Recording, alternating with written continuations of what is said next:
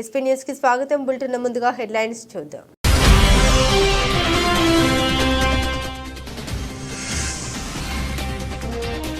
Target అక్రమ వలసదారులు. Trump charge తీసుకోగానే అంతా సర్దుకోవాల్సిందేనంటున్న నిపుణులు.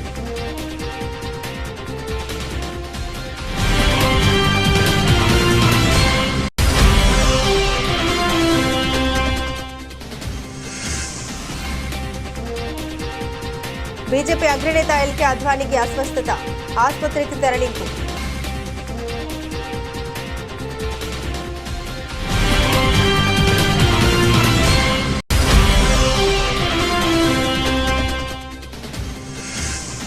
జైలు నుండి విడుదలయ్యాక తొలిసారి మీడియాతో మాట్లాడిన అల్లు అర్జున్. అరెస్టుపై కీలక వ్యాఖ్యలు చేసిన ఐకాన్ స్టార్.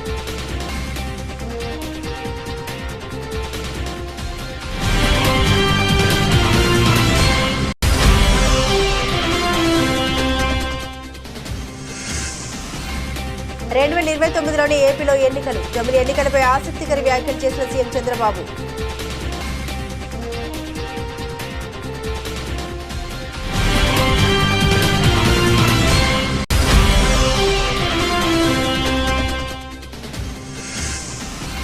రోహిత్ శర్మ నిర్ణయంపై బూమ్రా అసంతృప్తి. ట్రంప్ మైక్లో మాటల రికార్డ్.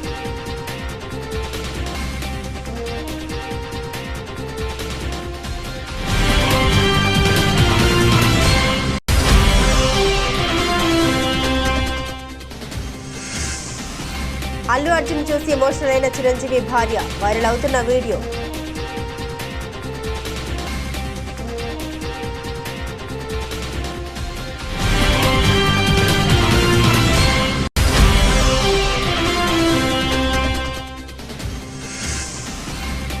దిగొచ్చిన బంగారం. తులంపై 1400 రూపాయలు తగ్గిన ధర.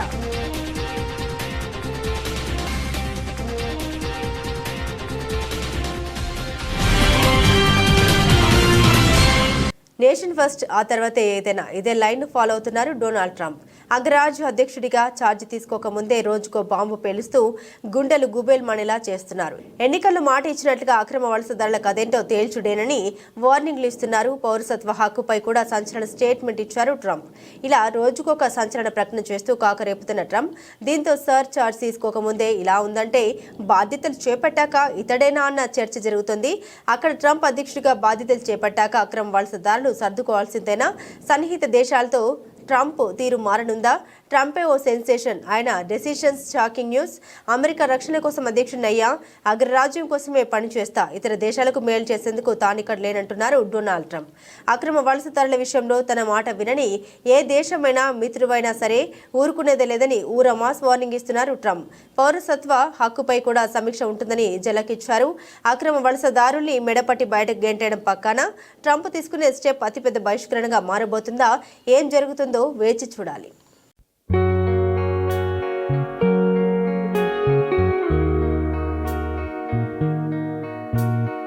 బీజేపీ కురువృద్ధుడు మాజీ ఉప ప్రధాని ఎల్కే అద్వానీ అస్వస్థతకు గురయ్యారు. కుటుంబ సభ్యులు ఆయన్ను శనివారం ఉదయం చికిత్స నిమిత్తం ఢిల్లీలోని అపోలో ఆసుపత్రిలో చేర్పించారు. అయితే ప్రస్తుతం ఆయన ఆరోగ్య పరిస్థితి నిలకడగానే ఉన్నట్టు సమాచారం. అయితే 2 వారాలుగా అద్వానీ ఆరోగ్యం విషమించినట్టు తెలుస్తోంది. ఈ ఏడాది జూలై నెలలో అద్వానీ అపోలో ఆసుపత్రిలో చేరిన విషయం తెలిసిందే. ఆ తర్వాత ఆరోగ్యం మెరుగుపడడంతో ఆయన్ను డిశ్చార్జ్ చేశారు. దానికి నెల రోజుల ముందు జూన్ 26న రాత్రి 10:30 ఢిల్లీ ఎయిమ్స్ న్యూరాలజీ విభాగంలో అద్వానీ చికిత్స నిమిత్తం చేరారు. ఆ మరుసటి రోజు డిశ్చార్జ్ అయ్యారు. ఇదిలా ఉంటే ఈ ఏడాది మార్చి 30న రాష్ట్రపతి ద్రౌపది ముర్ము ఎల్కే అద్వానీ నివాసానికి వెళ్లి ఆయన భారతరత్న పురస్కారాన్ని అందించారు. లాల్ కృష్ణ అద్వానీ 1927 నవంబర్ 8న కరాచీలో, ఇది ప్రస్తుతం పాకిస్తాన్ లో ఉంది, జన్మించారు. గత నెల 8వ తేదీన అద్వానీ 98వ పుట్టినరోజు జరుపుకున్నారు. ఈ సందర్భంగా ప్రధాని నరేంద్ర మోదీ సహా పలువురు బీజేపీ నాయకులు, పలు పార్టీలోని రాజకీయ ప్రముఖులు అద్వానీకి పుట్టినరోజు శుభాకాంక్షలు తెలియజేశారు. అద్వానీ 1947లో ఆర్ఎస్ఎస్ లో వాలంటీర్ గా చేరారు. 1986 నుండి 1990 వరకు, మళ్ళీ 1993 నుండి 1998 వరకు, 2004 నుండి 2005 వరకు బీజేపీ జాతీయ అధ్యక్షుడిగా పనిచేశారు. పార్టీ ఆవిర్భావం నుండి అత్యధిక కాలం పార్టీ జాతీయ అధ్యక్షుడిగా పనిచేసిన నాయకుడు అద్వానీ. 1999 నుండి 2005 వరకు అటల్ బిహారీ వాజ్పేయి ప్రభుత్వంలో అద్వానీ కేంద్ర హోంమంత్రిగా, ఉప ముఖ్యమంత్రిగా పనిచేశారు. 2009 లోక్సభ ఎన్నికల్లో బీజేపీ ఆయన్ను ప్రధాన మంత్రిగా ప్రకటించింది. కానీ ఆ ఎన్నికల్లో బీజేపీ అధికారంలోకి రాలేదు.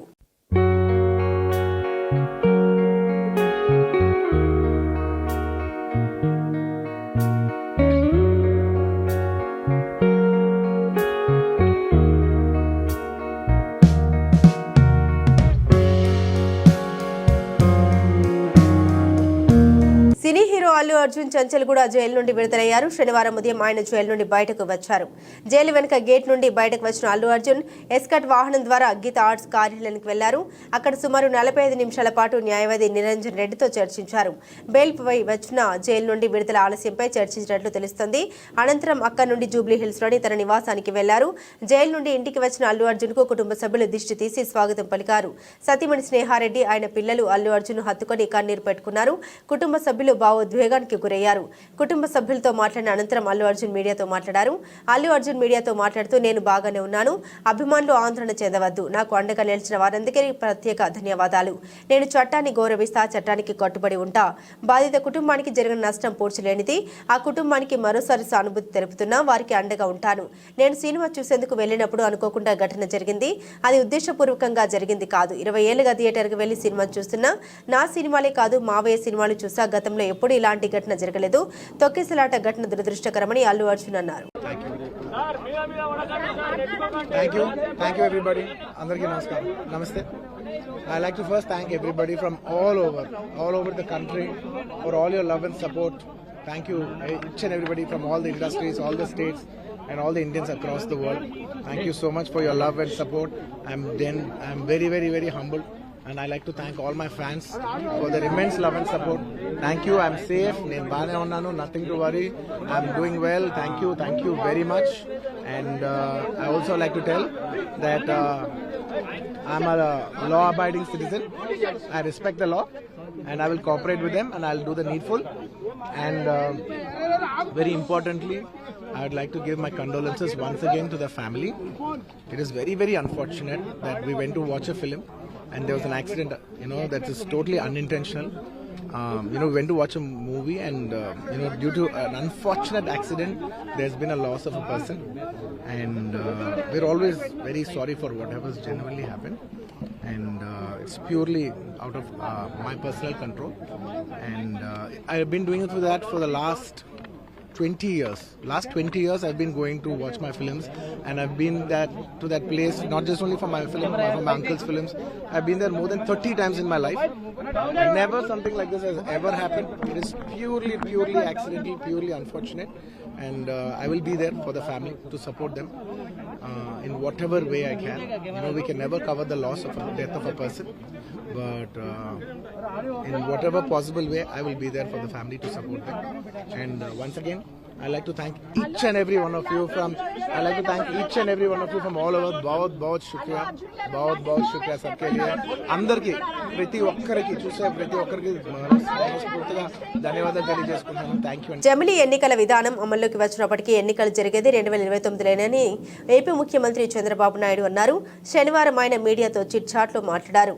ఒక దేశం ఒకే ఎన్నిక విధానానికి ఇప్పటికే మా మద్దతు ప్రకటించామని అన్నారు. జమిలీపై అవగాహన లేని వైసీపీ నేతలు తమ పబ్బం గడుపుకోవడానికి ఏది పడితే అది మాట్లాడుతున్నారని చంద్రబాబు విమర్శించారు. వైసీపీ నేతల మాటలు ప్రజల్లో ఎప్పుడో విశ్వసనీయత కోల్పోయాయి. వాళ్ళు చేసే డ్రామాలు చూసి ప్రజలు నవ్వుకుంటున్నారని చంద్రబాబు అన్నారు. రాష్ట్రంలో సుస్థిర ప్రభుత్వం కొనసాగుతుంది. స్వర్ణాంధ్ర విజన్ 2047 డాక్యుమెంట్ను మరింతగా ప్రజల్లోకి తీసుకెళ్లాలి. విశ్వవిద్యాలయాలు, కళాశాలలు, పాఠశాలతో పాటు ప్రతి చోట దీనిపై చర్చ జరగాలని చంద్రబాబు అన్నారు.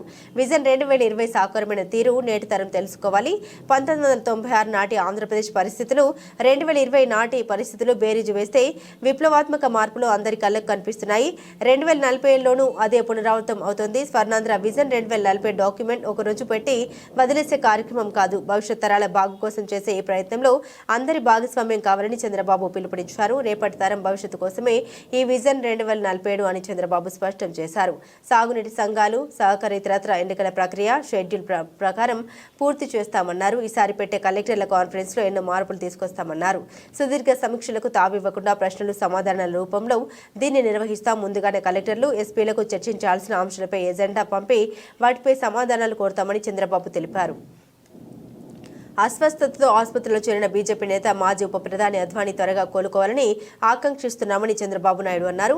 అద్వానీతో నాకు దశాబ్ద కాలం నుండి అనుబంధం ఉంది. ఆనాడు ఆంధ్రప్రదేశ్ అభివృద్ధిలో అద్వానీ సహకారం మరువలేనిదని చంద్రబాబు పేర్కొన్నారు.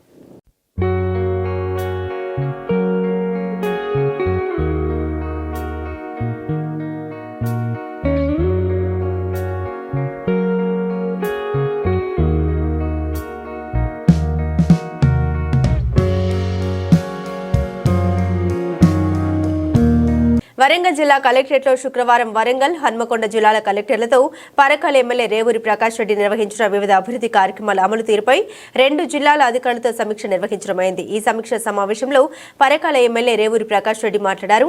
నియోజకవర్గం అభివృద్ధి పథంలో నడిపించేందుకు 2 జిల్లాల కలెక్టర్లు, సంబంధిత జిల్లా అధికారులు కృషి ఎంతో అవసరమని ఆయన తెలిపారు.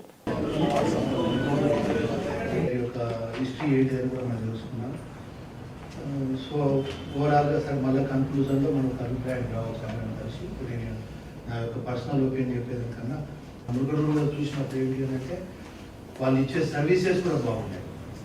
అంటే మిల్క్ ప్రొడక్షన్ ఏ విధంగా మనం కౌలు కానీ బర్రెలు కానీ మనం చూసుకుంటే ప్రొడక్షన్ తగ్గించుకోవచ్చు, ఎట్లా లాభదాయకంగా మనం 2 వాళ్ళకు కూడా 2-3 గేదెలు So we'll form one committee. Additional DRDO will be the nodal officer for this. Then మనం committee పెట్టుకున్నాం. Similarly for the dairy development కూడా committee అనేది NABARD వాళ్ళను కూడా ఇన్వాల్వ్ చేసుకుని committee form చేయాలి. And key steps మనం next 1 month లో ఏమేమి టార్గెట్స్ అనేది పెట్టుకుంటున్నాం అవి కూడా మెన్షన్ చేయాలి. క్రిస్మస్ వేడుకలను పకడ్బందీగా నిర్వహించాలి. ప్రభుత్వం ప్రతిష్టాత్మకంగా నిర్వహిస్తున్నటువంటి 2024 క్రిస్మస్ వేడుకలు ఘనంగా నిర్వహించాలని శుక్రవారం హన్మకొండ జిల్లాలోని సమీకృత కలెక్టర్ కార్యాలయంలోని కాన్ఫరెన్స్ హాల్లో జిల్లా మైనార్టీ సంక్షేమ శాఖ ఆధ్వర్యంలో నిర్వహించినటువంటి సమీక్షా సమావేశంలో జిల్లా అదనపు కలెక్టర్ వెంకటరెడ్డి, వరంగల్ పశ్చిమ నియోజకవర్గ శాసనసభ్యులు నాయని రాజేందర్ రెడ్డి పాల్గొన్నారు. ఈ సందర్భంగా క్రిస్మస్ వేడుకల ఏర్పాట్లపై క్రైస్తవ పాస్టర్లు, తహసీల్దార్లు, సంబంధిత అధికారులతో సమన్వయ సమావేశాన్ని నిర్వహించారు.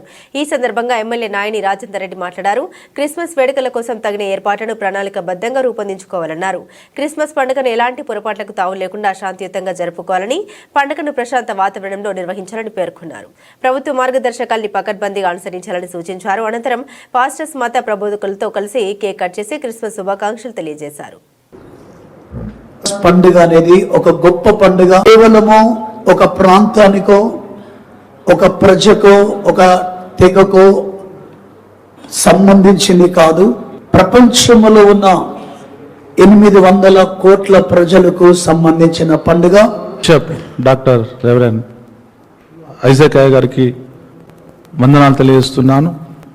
నియోజకవర్గ స్థాయిలో క్రిస్మస్ సెలబ్రేషన్కు నియోజకవర్గానికి 2 లక్షల రూపాయలు ఇచ్చి విందు ఏర్పాటు చేయడానికి చేసే కార్యక్రమానికి మీ అందరికి సమావేశానికి ఇంతమందికి చెప్పినట్టు మనం 2 నియోజకవర్గాలు సార్, 2 నియోజకవర్గాలకు 2 ఆర్టీఓస్ను స్పెషల్ ఆఫీసర్లు చేసినాం. ఒక్కొక్క వీళ్ళు సిఓసిఎస్ క్రిస్టియన్ సెలబ్రేషన్ ఆర్గనైజేషన్ కమిటీస్ వీళ్ళందరూ కలిసి నియోజకవర్గ స్థాయిలో ఒక కమిటీ వేసుకొని కమిటీ ఏర్పాటు చేసి వాళ్ళ అకౌంట్ నెంబర్ ఇస్తే వాళ్ళ అకౌంట్లో ఒక 2 లక్షల రూపాయలు డైరెక్ట్ క్రెడిట్ అవుతాయి సార్. దాని తర్వాత వాళ్ళు ఏ విధంగా చేసుకుంటారు అనేది దీనికి సంబంధించిన అరేంజ్మెంట్స్ అన్నీ కూడా ఇంక్లూడింగ్ లంచ్ మెనూ కూడా ఇవ్వడం జరిగింది. ఆ మెనూ ప్రకారం మీరు లంచ్ చేసుకోవడానికి ఇతర అరేంజ్మెంట్స్ అన్నీ కూడా 2 లక్షల రూపాయలే ఇవ్వడం జరుగుతుంది. దానికి సంబంధించిన యూటిలైజేషన్ సర్టిఫికేట్ మీరు ఇవ్వాల్సి ఉంటుంది. దానికి ఎక్విటెన్స్ కూడా వచ్చిన వాళ్ళతో సిగ్నేచర్ పెట్టించుకొని అవి కూడా సమర్పించాల్సి ఉంటుంది. మన తెలంగాణ రాష్ట్ర ప్రభుత్వం అధికారికంగా క్రిస్మస్ పండుగ నిర్వహించడానికి ఆదేశాలు జారీ చేయడం జరిగింది. అక్కడ మనం డివిజన్లో ఒక కమిటీ ఫామ్ చేస్తాము. ఆ కమిటీలో ప్రెసిడెంట్, సెక్రటరీ, ట్రెజరర్స్ కానీ మనం ఎన్నుకొని యాజ్ పర్ లాస్ట్ ఎట్లయితే మనం నిర్వహించడమో అట్లనే ఈసారి కూడా మనం ఆ కమిటీ ఫామ్ చేసి ఆ కమిటీ డైరెక్ట్ అకౌంట్లో ఏదైతే ప్రభుత్వం ఇచ్చిన 2 లక్షల రూపాయలు డైరెక్ట్ ట్రాన్స్ఫర్ చేస్తాం. మండలాల కమిటీలు కూడా తహసీల్దార్లతో దగ్గర మీటింగ్ అయ్యి మాకు వివరాలు చెప్తే మేము ఆ అకౌంట్లకు అనుగుణంగా మేము డబ్బులు కూడా షేర్ చేసి డైరెక్ట్గా క్రెడిట్ చేయడం జరుగుతుంది. వేడుకల కోసం నిర్మల్ జిల్లా బాసర IIIT విద్యార్థులు సమస్యలు వచ్చినప్పుడు ఆత్మహత్యలు చేసుకోకుండా ఆత్మస్థైర్యంతో ముందుకెళ్లాలని రాష్ట్ర మంత్రి సీతక్క అన్నారు. శుక్రవారం బాసర IIITని సందర్శించి కాన్ఫరెన్స్ హాల్లో విద్యార్థులతో ముఖాముఖి అయ్యారు. నాణ్యమైన ఆహారం, మినీ స్టేడియం, ఫ్యాకల్టీ, స్కాలర్షిప్, ల్యాప్టాప్లు, డ్రైనేజీ వ్యవస్థ, గైనకాలజిస్టుల ఏర్పాటు, ఆసుపత్రి సిబ్బంది వంటి విషయాలపై చర్చించారు. త్వరలోని విద్యార్థుల సమస్యల గురించి ముఖ్యమంత్రితో చర్చించి సమస్యల్ని పరిష్కరిస్తామన్నారు. తక్షణమే ₹1 కోటి నిధులు IIITకి మంజూరు చేయాలని కలెక్టర్కు ఆదేశించారు. విద్యార్థులతో కలిసి మధ్యాహ్నం భోజనం చేశారు సీతక్క. ఈ కార్యక్రమంలో స్థానిక MLA Ramarao Patel, collector Abhilasha Abhinav, SP Janaki, Sharmila, MLC Venkat, Dande Vithal, IIIT VC Govardhan అధికారులు పాల్గొన్నారు.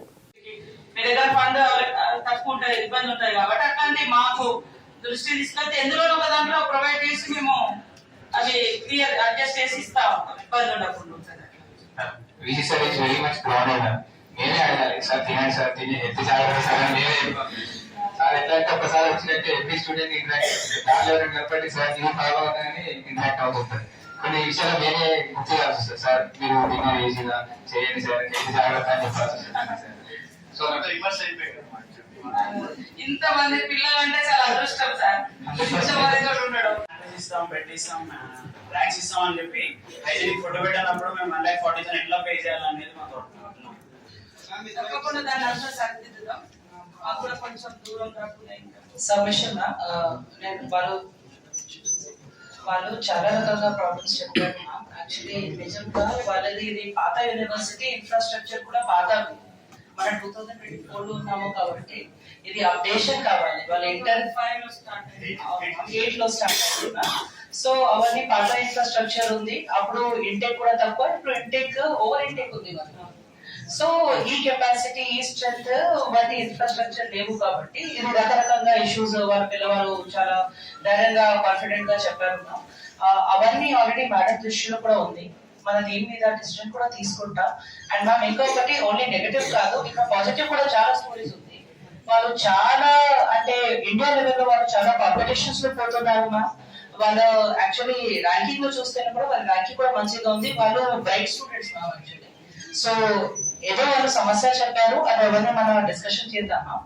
అండ్ ఫర్దర్ గా మీకు రిక్వెస్ట్ మీరు మీ సలహా సూచన అడ్వైజ్ ఇచ్చేసి జయశంకర్ భూపాలపల్లి జిల్లా రేగొండ మండలంలోని బాగిర్తిపేట క్రాస్ వద్ద నిర్మించిన హెలిప్యాడ్ నిర్మాణ పనుల్ని పరిశీలించారు భూపాలపల్లి శాసనసభ్యులు గండ్ర సత్యనారాయణరావు. రేపు 14వ తేదీన భూపాలపల్లి నియోజకవర్గంలో మంత్రులు దుద్దిల శ్రీధర్ బాబు, దామోదర్ రాజనరసింహ పర్యటన నేపథ్యంలో మంత్రుల కోసం నిర్మించిన హెలిప్యాడ్ పనుల్ని ఎమ్మెల్యే పరిశీలించారు. ఈ సందర్భంగా సంబంధిత అధికారులకు పలు సూచన సలహాలు చేసి నిర్మాణ పనులు పూర్తయిన సందర్భంగా స్థానిక నాయకులతో కలిసి పరిశీలించారు. బాగిర్తిపేట నుంచి కొడవటంచెకు 50 కోట్ల రూపాయలతో డబుల్ రోడ్డు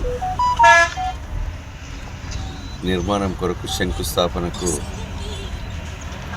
గౌరవనీయులు దుద్దిల్ల శ్రీధర్ బాబు ఐటీ ఇండస్ట్రియల్ శాఖ మంత్రులు, అదేవిధంగా వైద్య ఆరోగ్య శాఖ మంత్రులు దామోదర రాజనరసింహ గారు ఉదయం 11 గంటలకు బేగంపేటలో స్టార్ట్ అయ్యి ఇక్కడ బాగిర్తిపేట స్టేజ్కి 11:45, 11:30 అంటే 11:50కి శంకుస్థాపన బాగిర్తిపేట స్టేజ్ మీద చేయడం జరుగుతుంది.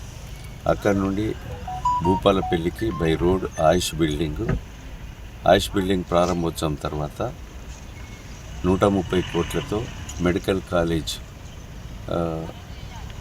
హాస్టల్ ఫెసిలిటీ భవనాలు ఫౌండేషన్, అక్కడ నుంచి 10 కోట్ల రూపాయలతో 4th ఫ్లోరు ప్రభుత్వ హాస్పిటల్లో శంకుస్థాపన చేసి ఆడ హాస్పిటల్ రివ్యూ చేసి అక్కడ నుండి అంబేద్కర్ నుంచి టూయింగ్ లేన్ వరకు ఏదైతే డ్రైనేజ్ కానీ రోడ్ కానీ 4 కోట్లతో శంకుస్థాపన చేసి అక్కడ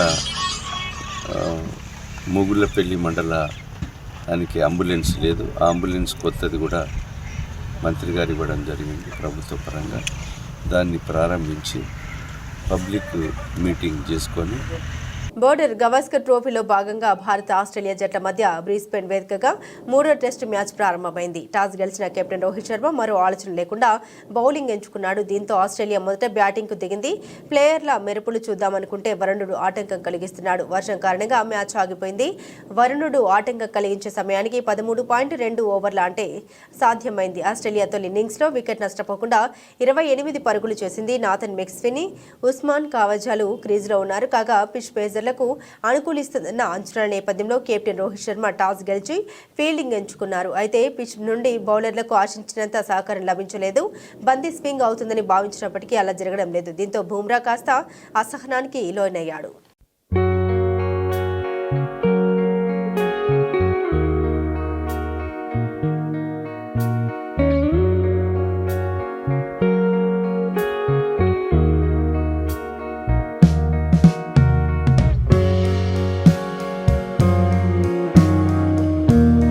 సంధ్యా థియేటర్ వద్ద తొక్కిసలాట ఘటనకు సంబంధించిన కేసులో అరెస్ట్ అయిన టాలీవుడ్ నటుడు అల్లు అర్జున్ చంచల్గూడ జైలు నుండి శనివారం ఉదయం 6:40 విడుదలైన విషయం తెలిసిందే. జైలు నుండి ఆయన జూబ్లీ హిల్స్ లోని తన నివాసానికి చేరుకున్నారు. ఈ సందర్భంగా బన్నీని పరామర్శించేందుకు సినీ సెలబ్రిటీలు అల్లు నివాసానికి చేరుకుంటున్నారు. ఈ క్రమంలోనే అక్కడికి చేరుకున్న అల్లు అర్జున్ మేనత్త చిరంజీవి భార్య సురేఖ అల్లు అర్జున్ ను చూసి భావోద్వేగానికి గురైంది.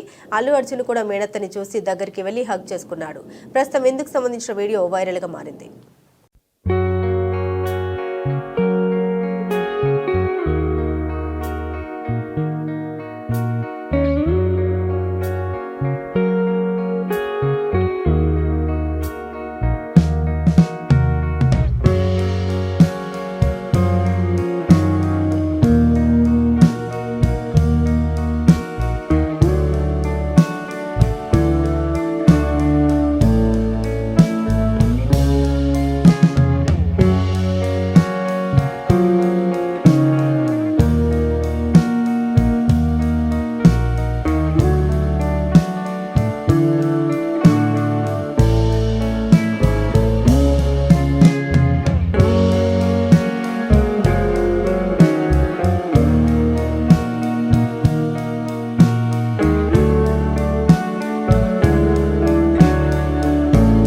బంగారం ధరలు భారీగా తగ్గాయి. ఆభరణాల వర్తకులు స్టాకిస్టులు అమ్మకాలకు మొగ్గు చూపడంతో పుత్తడి ధర మళ్లీ 80,000 దిగువకు పడిపోయింది.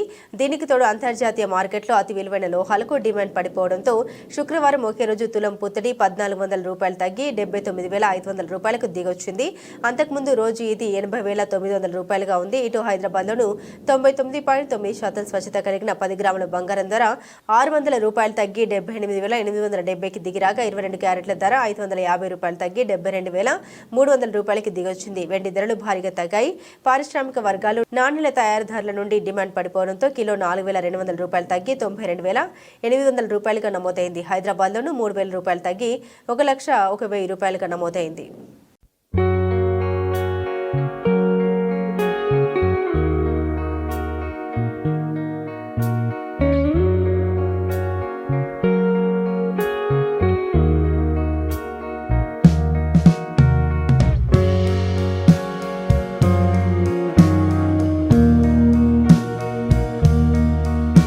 బులెటిన్ ముగించే ముందు హెడ్లైన్స్ మరోసారి.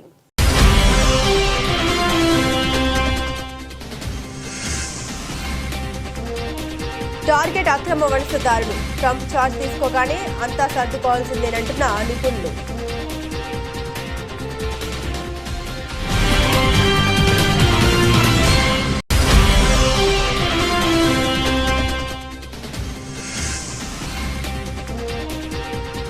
బీజేపీ అగ్రనేత ఎల్కే అద్వానీకి అస్వస్థత. ఆసుపత్రికి తరలింపు.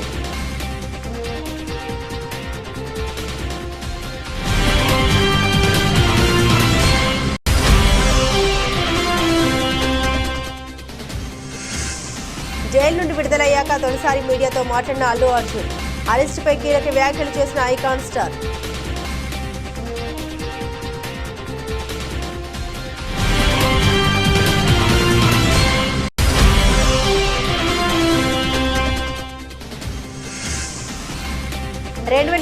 లోని ఏపీలో ఎన్నికలు. జమిలి ఎన్నికలపై ఆసక్తికర వ్యాఖ్యలు చేసిన సీఎం చంద్రబాబు.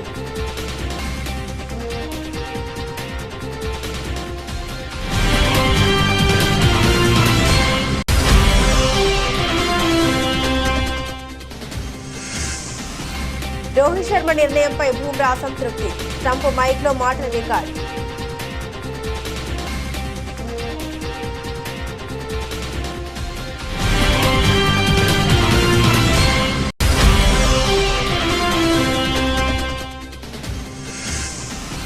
అల్లు అర్జున్ చూసి ఎమోషనల్ అయిన చిరంజీవి భార్య. వైరల్ అవుతున్న వీడియో.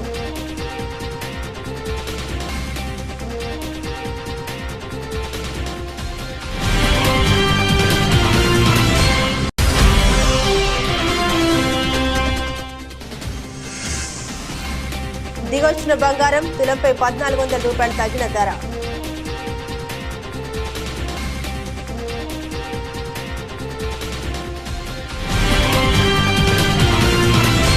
ఇవి బులెటిన్లోని విశేషాలు. తిరిగి మరో బులెటిన్తో మళ్ళీ కలుసుకుందాం. అంతవరకు సెలవు. నమస్కారం.